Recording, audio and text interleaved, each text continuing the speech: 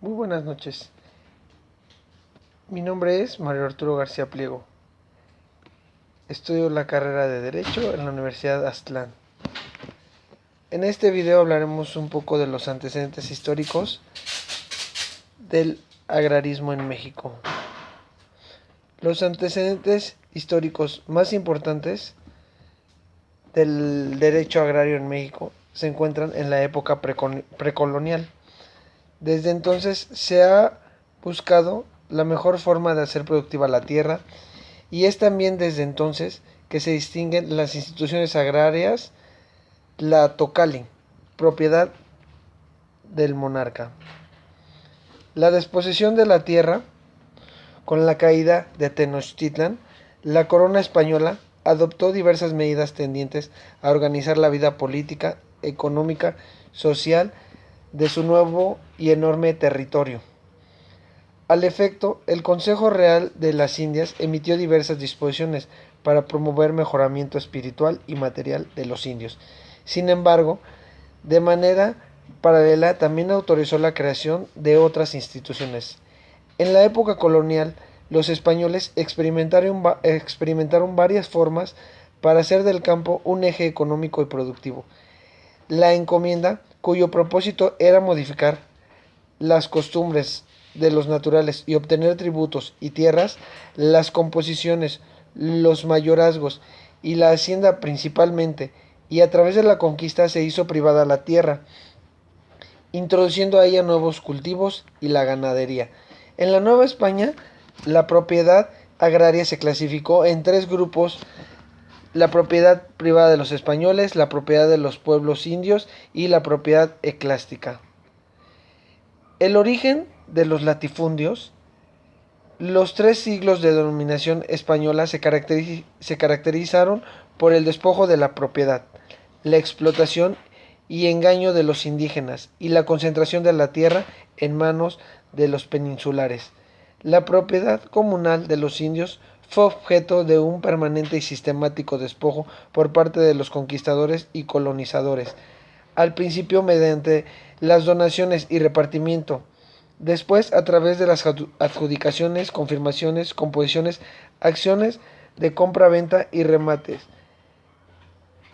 La consolidación de la hacienda como una unidad productiva eficiente se logró a partir de la creación de un sistema que permitió atraer, fijar y reponer de manera sistemática los trabajadores a su servicio.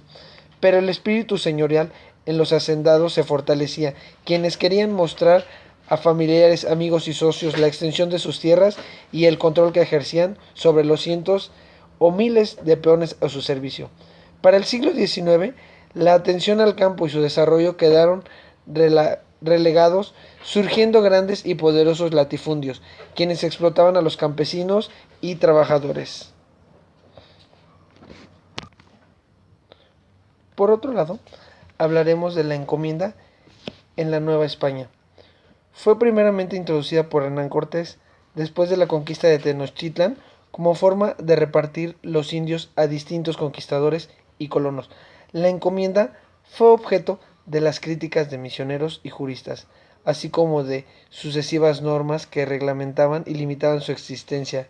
Entró en decadencia a partir de las leyes nuevas de 1542, aunque subsistió por algún tiempo en algunas regiones de frontera. La encomienda de indios procedía de una vieja institución medieval, implementada por las órdenes militares en tiempos de la Reconquista en América. Esta institución debió adaptarse a una situación muy diferente y planteó problemas y controversias que no tuvo antes en España. Como gobernador de la Española, Cristóbal Colón repartió indios entre los españoles para que trabajaran en sus empresas agropecuarias y mineras en condiciones muy duras bajo el posterior gobierno de Fray Nicolás de Obando. Se introdujo formalmente el repartimiento como trabajo forzoso, pero teóricamente asalariado. Los indios debían cumplir como personas libres, como lo son y no como siervos. Las denuncias de misioneros y alegatos de los humanistas sobre los abusos y excesos determinaron la aprobación de las leyes de Burgos de 1512 aproximadamente, con las que se buscaba que el encomendero tuviera obligaciones de trato justo, retribuciones equitativas y que evangelizara a los encomendados. Bajo la supervisión de los oficiales reales, esta relativa protección llegó demasiado tarde para muchos grupos indígenas, que entre los malos tratos y las epidemias acabaron casi por extinguirse.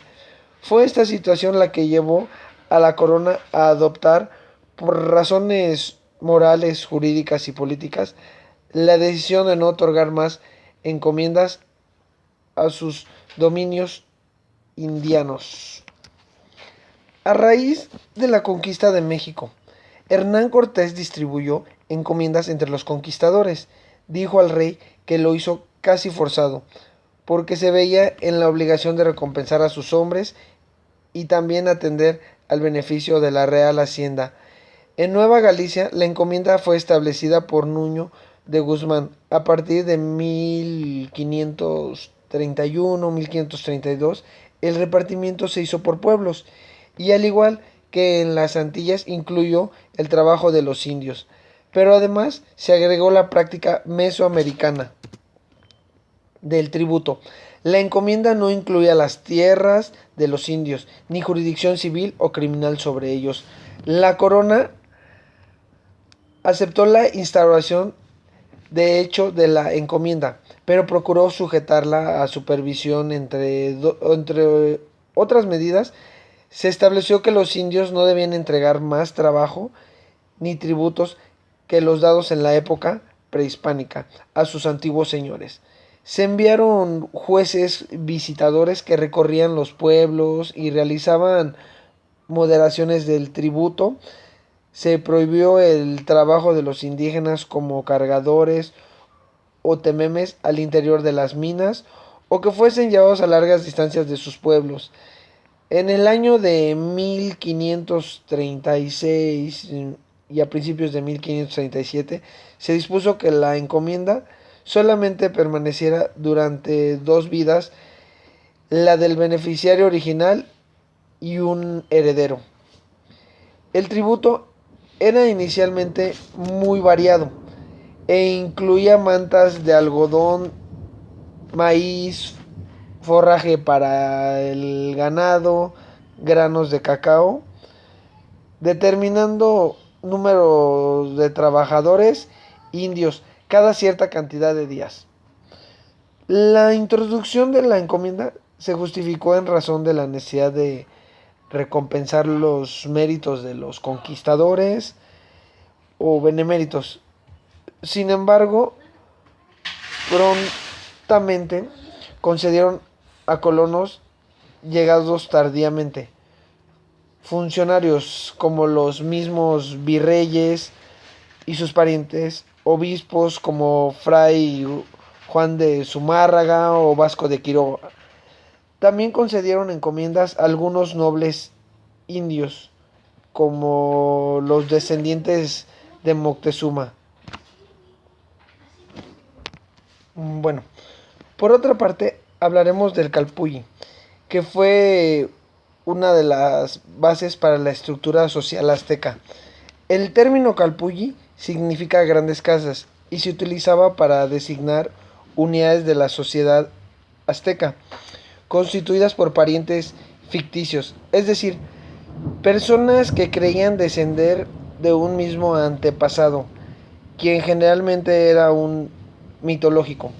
Todos vivían en un mismo sector de la ciudad, ejerciendo en común la propiedad de las tierras que les habían sido asignadas en Tenochtitlan. Existían 20 calpullis integrados tanto por mexicas originarios como por extraños que se habían fundido con la nación azteca. Por su función se asemejaba a un clan. Sin embargo, Entre sus miembros había diferentes riquezas, posición social y poder. De ahí que se les haya denominado clan cónico, cuya cúspide era ocupada por quienes estaban más cercanamente relacionados con el ancestro fundador.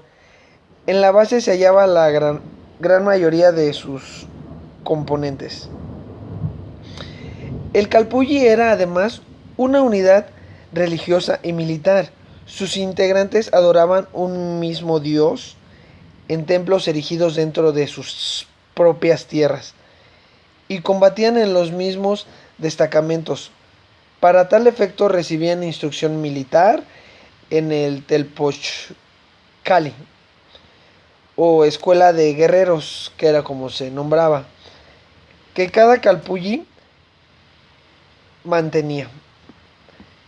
El jefe de ellos era el Calpullec, designado vitaliciamente dentro de la misma familia. Por los demás miembros del Calpulli era como lo designaban al jefe de ellos. Y este también tenía una función o actuaba como un juez en litigios menores. Representaba al Calpulli en el Consejo Azteca, dirigía la educación de los niños y por sobre todo repartiría las tierras entre las familias de acuerdo al número de integrantes. Las evidencias señalaban que la mayoría de los 20 calpullis habitaban uno de los sectores de Tenochtitlan, al correspondiente a los campesinos, lo cual indica que su importancia estaba directamente relacionada con sus funciones que ejercían sus más destacados integrantes. Bueno, sin embargo, antes de terminar con este video, no podemos dejar atrás el inicio de la revolución. El movimiento reformista agrario que se inicia en México con la revolución de 1910, encauzada por don Francisco I. Madero, Emiliano Zapata y Venustiano Carranza, así como de Pancho Villa, cada uno con sus propias modalidades y a su manera. Puede considerarse como la reforma agraria precursora de las otras que varias décadas después se llevarán a cabo en los países de Hispanoamérica, por gobiernos de derecho o instituciones con mayor intensidad, duración y efectividad.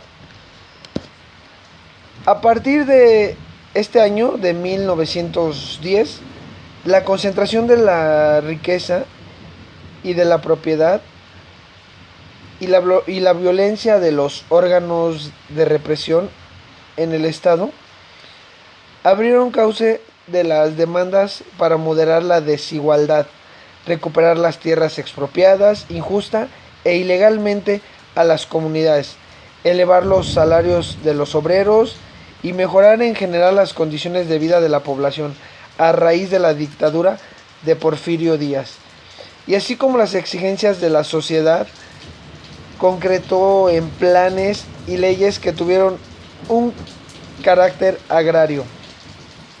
La mayoría de los campesinos de la Revolución Triunfante fue el enfrentar y quebrantar el latifundio a ultranza representado por la hacienda que contrañía al campesino y lo mantenía sometido a los designios del hacendado.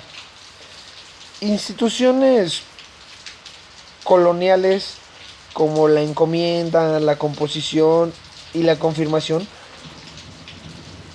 proporcionaron y dejaron la concentración de la propiedad de muchas tierras en manos de pocos. Esto iba cada vez en detrimento de la disponibilidad de parcelas familiares o las de uso comunal, como lo son los ejidos. Sin embargo, el ejido es la piedra angular de la concepción reformista agraria mexicana. Constituye una propiedad colectiva titulada por el núcleo campesino y comprende tierras de cultivo, tierras urbanas y tierras propiamente comunales. Con la frustrada intención de recuperar las tierras en cuya posesión se prohibía, las corporaciones religiosas y civiles, al adjudicarlas entre los arrendatarios de las mismas en los años de 1856 aproximadamente, se expidió la llamada Ley de Desmortización, permitiéndose el denuncio de esas tierras a cambio de una octava parte de su valor. Sin embargo, como muchos campesinos no se atrevían o no hacían valer ese derecho por una especie de miedo reverencial, los terratenientes sí lo hicieron y agrandaron así el latifundio a expensas de los pequeños y numerosos usufructos. Para los años de 1875 se expidió una ley de colonización que permitió compensar con la tercera parte del deslinde de tierras baldías y compañías organizadas para tal efecto. Bueno, esto es un poco de lo que es el agrarismo en México, sus antecedentes y lo que fue un poco la revolución. Eso es todo, muchas gracias.